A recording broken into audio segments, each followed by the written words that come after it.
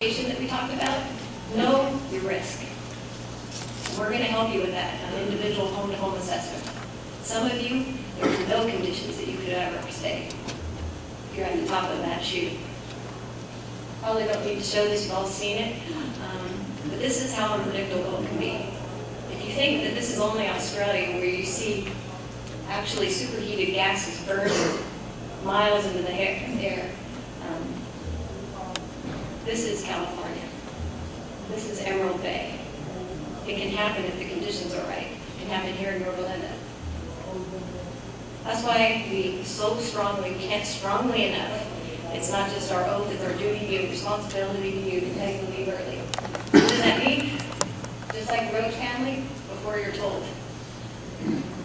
Have several evacuation routes pre-planned. We have a lot of materials, and this is what we want to work with you on. Is how are you going to get out? Where are you going to go? What are you going to take with you?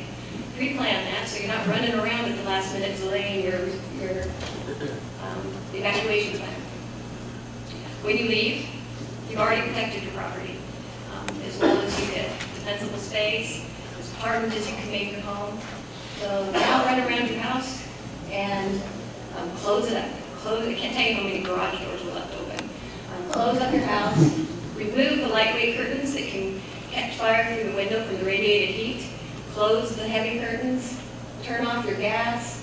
Shut off your air conditioner. One of you out there, let us know about the attic fans. They actually saw their attic fan sucking the embers into their attic.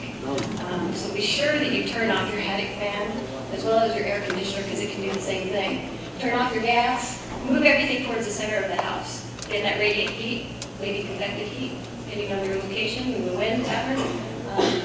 It's going to be beating up against your house. Turn on the lights. Turn off your propane. Patio furniture inside, or if we have a pool, throw it in there. Try to get all the combustibles 100 feet, 360 degrees around your house. Seal your vents. Cut a piece of plywood in advance. Stick it over your vent before you go, if you have time. And unlock your gate. So if the firefighters are there, and they see flames in your backyard, they can go back there. Turn on the lights. Some of you might be a little further back, might not be able to see the home, just so that they can come and check.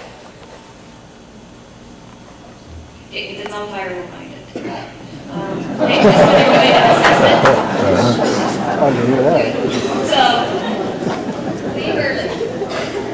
Those people are doing a good job, but the fire front is still a little bit away. It can happen very quickly like it did to the Roach family. So now you're thinking about staying. Before you make that decision, we want to know if you can survive. We talked a lot about defensible space and erosion-resistant construction. That is our main message today. Today is to prepare your property and your home. You also have to know that you're physically fit.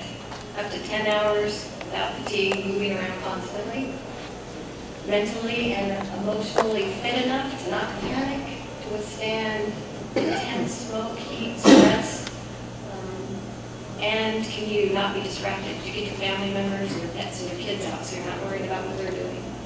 And you have the necessary resources. And we have lists of what resources you need. Even one of those questions, you're not sure if your answer is a bad guess. You need to make your plans to leave early. But you're not going to. Maybe it's too late. So for those of you, these slides are for you too, because it could be too late. The fire could move back quickly. Don't do this. Wildfire's coming. People aren't sure if they're going to leave or not, and they go out in the street, maybe for comfort, for whatever reason. Don't do this for a couple of reasons. One, we talked a lot about unpredictable fire behavior. It can be on you in a minute. At least the embers, if not the flames, and the radiant heat. So another reason is the firefighters might look like they're just sitting there waiting, but they're checking conditions all the time, and they're in radio contact with our helicopters and everything else, and they need to be fluid. They need to be able to move quickly. So they're actually impeding their ability to protect your community if you're standing in the streets. And you're not doing anything to protect your house or to watch for embers. A few more slides reinforcing how dark and how smoky. We can't do it justice, and that's our big fear. Is we take this information and you try to process it, but you haven't experienced it. so you don't really know. But notice how they're dressed, and take a look at the intensity of the fire. 1,000 GPM a minute could come out of that. 1,000 gallons a minute could come out of that hose. And some of you stand out there with your garden hose and in shorts and flip-flops. We don't get that. It can, for a second, turn into an ember shower surrounding them. These guys are trained, they're ready for it, and they're fully equipped with what we call personal protective gear, and they're ducking from the embers. And then this is what we see. And it's difficult for us to not fear for your lives. You're supposed to be flying, and so I'm not sure what's going on. So as the fire approaches, you're either stuck or you refuse to evacuate. You need to dress correctly. You need to have already made your survival kit in advance. You need to listen to what the conditions are. You need to make sure your combustibles are away from your house, your pool, or bring them inside with you. Fill your bathtub and your sinks with water. The reason for that is you might not have any water. And it's at least a water source to dip a bucket into, a mop. Wet towels, put them under any gaps, door gaps. Try to keep that smoke out. Put the hose to the washing machine. A lot of people feel comfort from having a hose, whether it's got water in it or not. We see people with hoses everywhere.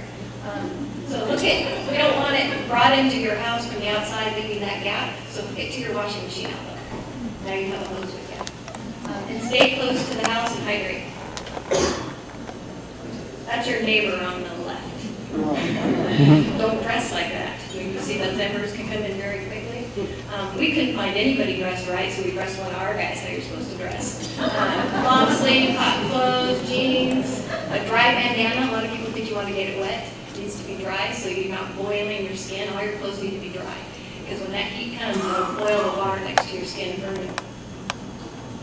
Protect your eyes. Protect your head.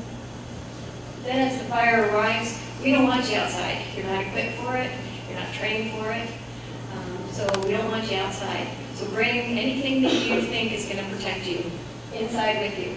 And stay away from the walls, the outside walls, from doors, from where embers can blow under, like they did to the Roach family, and from windows, where that radiant heat can come in.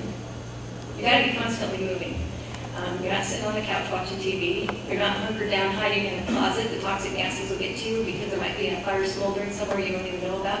You're constantly on the lookout. See how your house is doing. Checking for embers. Might have snuck in.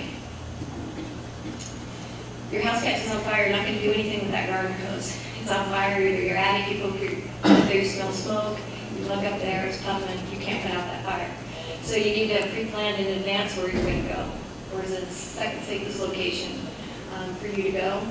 Proceed cautiously. It might be worse out there.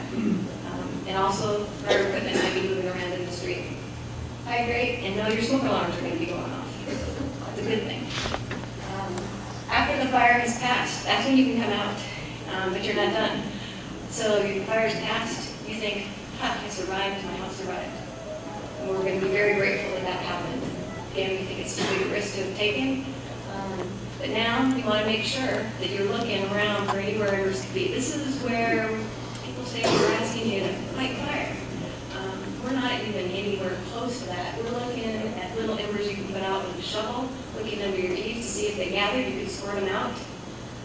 Checking in your attic to see if you see a glow. Again, small, you see fire, get out. It's not worth your life. So in summary, hope we've enforced to you that it's all about preparation.